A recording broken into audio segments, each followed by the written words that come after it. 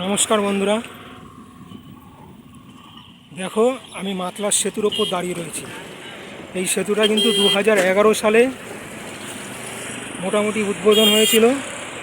সেই টাইমে অর্থাৎ যখন সিপিএমের সরকারের লাস্ট সেশনটা চলছে, সেই টাইমে কিন্তু এই ব্রিজটার উদ্বোধন হয়েছে এবং তারপরেই কিন্তু টিএমসির সরকার এসেছিল।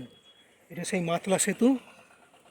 মোটামুটিভাবে সুন্দরবন যাওয়ার কিন্তু এটা হচ্ছে একটা মূল জায়গা, মূল সেতু। এই ব্রিজটা টোটাল হয়ে যাওয়ার পরে ক্যানিংয়ের লোকেদের সঙ্গে বাসন্তী, ঝাড়খালি, সুন্দরবন এই গোটা এলাকার কিন্তু কানেক্টিভিটিটা বিশালভাবে বেড়ে গেছে। অলরেডি দেখো এখন জোয়ার এসছে, তো খুব সুন্দর লাগছে দেখতে।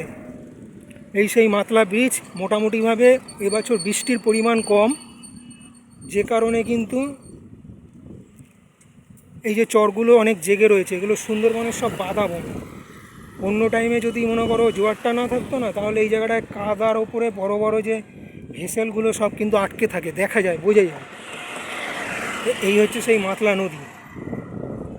মূলত সমুদ্র থেকে যে জলটা ঢোকে, অর্থাৎ জোয়ারের জলটা, তার ওপরই কিন্তু এই ধরনের নদীর গোটা প্রসেসটা থাকে। ওই যে দূরে দেখো আর একটা ব্রিজ তৈরি হচ্ছে, যেটা ক্যানিং থেকে পুরোপুরি বাসন্তী বা ঝাড়খালির দিকে যাবে। রেলের কাজও ফুলদমে চলছে। ওইটা রেলের ব্রিজ। আমি একটু বড় করে আপনাদের দেখাচ্ছি। দেখুন, ওটা রেলের ব্রিজ।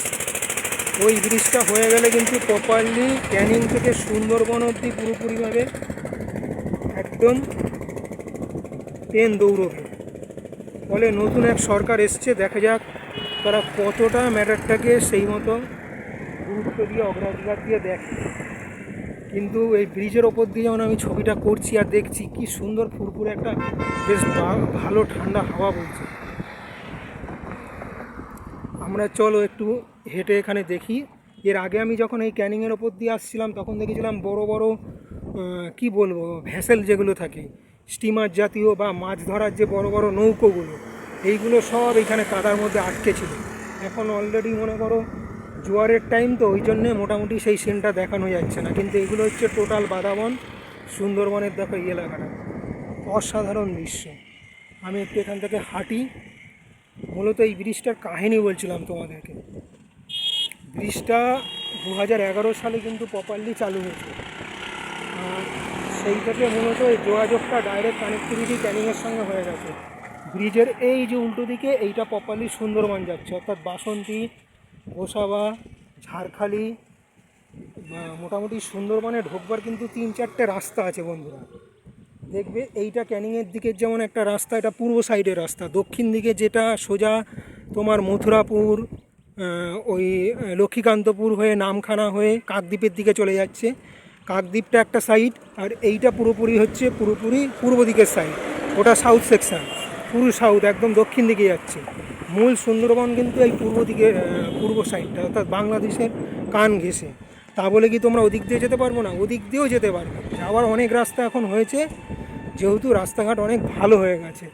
পাশাপাশি যেহেতু পপুলেশন প্রচুর বেড়ে গেছে, ফলে মানুষের ডিম্যান্ডও প্রতি মুহূর্তে এখন বাড়ছে।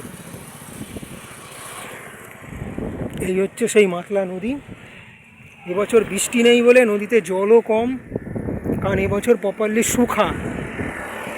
যে বৃষ্টিটা হচ্ছে, নামে বৃষ্টি হচ্ছে, ওই একদিন হচ্ছে, আবার 10 দিন হচ্ছে না। আমি কিন্তু আমার ওয়েদার স্টেশন একে লাইভ চ্যানেলে বলেছি, এবারের বর্ষা গত 2 বছরের বর্ষার চাইতে টোটালি আলাদা। এ এক ব্যতিক্রমী বর্ষা। এই হচ্ছে সেই